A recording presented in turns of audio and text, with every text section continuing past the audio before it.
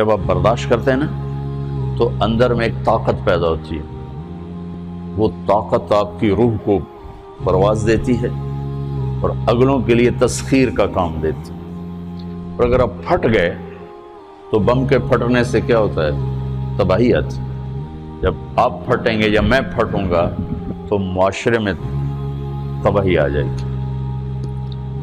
تو اس کے لیے آپ دو چیزوں کا اہتمام فرمائیں۔ ایک، اپنی زبان کی حفاظت فرمائیں۔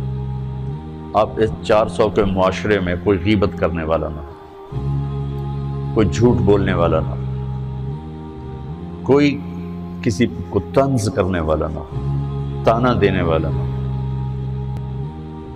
ایسی بات جو کسی کے دل پہ جا کے چوٹ مارے، اس سے آپ اپنی زبان کو صاف کر لیں۔ کبھی اس پہ قابو پا سکیں گے، کبھی نہیں، کبھی رہ جائے گا، کبھی ہو جائے گا۔ تو جب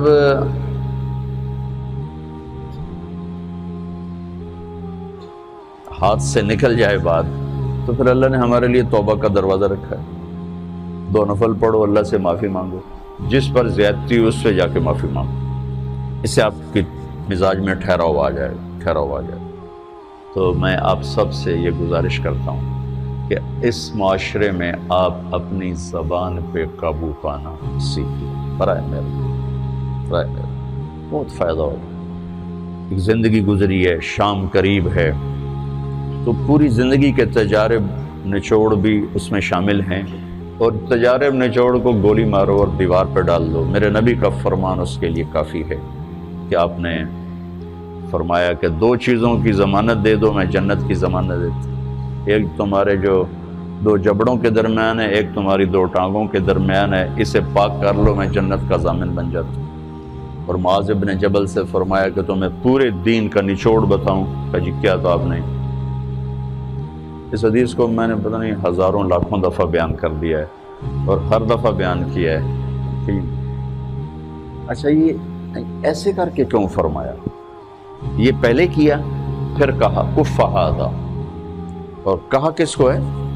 جن کے بارے میں آتا ہے کہ اس امت کے علماء کا جھنڈا قیامت کے دن معاذ بن جبل کے ہاتھ میں ہوگا۔ اتنے بڑے آدمی۔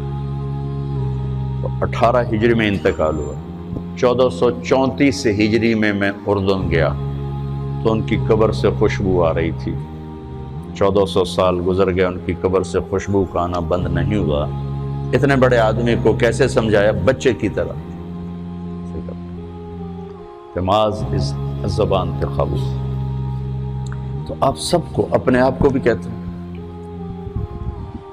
وہ عرب خطیب کہتے ہیں اوصیکم نفسی اولا وایاکم کر کے عام طور پہ خطبہ شروع کرتے ہیں، تو میں بھی اپنے ذات سے شروع کر کے آپ سے یہ عرض کرتا ہوں بچوں کہ اپنی زبان پہ قابو پانا سیکھو۔ یہاں اس کی مشق کر لو، یہ چھوٹا سا میدان ہے، چھوٹا ایک تالاب میں ہے، آپ تالاب، یہاں سے نکل کر آپ ایک سمندر میں کودیں گے جہاں کہ رشتوں کی فہرست ہوگی، تعلقات کی فہرست ہوگی، ناگواریوں کے خوفناک خاردار کانٹے ہوں گے، کہیں کہیں پھول ملیں گے ورنہ کانٹوں سے بھرا جہان ہے۔